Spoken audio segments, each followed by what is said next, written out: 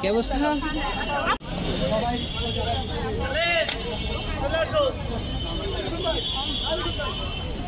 আমরা চতুর্থবারের মতো হিমোৎসব আয়োজন করেছি।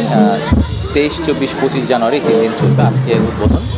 হিমোৎসবে আসলাম, আসলে ব্যস্ততার কারণে তো বাসায় ওরকম পিঠা বানানো হয় না, কিন্তু মানে ছোটোবেলার ঐতিহ্যটাকে যদি আমরা ফিরে পেতে চাই তাহলে হিমোৎসব আসলে সত্যি ঐতিহ্যবাহী একটা মেলা, যেখানে আসলে আসলে ছোটোবেলার স্বাদ, নানি দাদিদের হাতের পিঠার স্বাদ এগুলো খুব অনায়াসে সুন্দরভাবে পাওয়া যায়।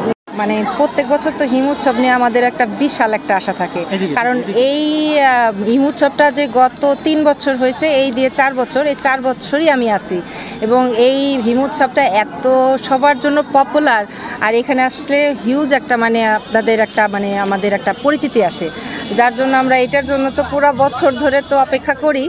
আর এটা তো প্রাণের উৎসব, সবাই জানে হিমোৎসব।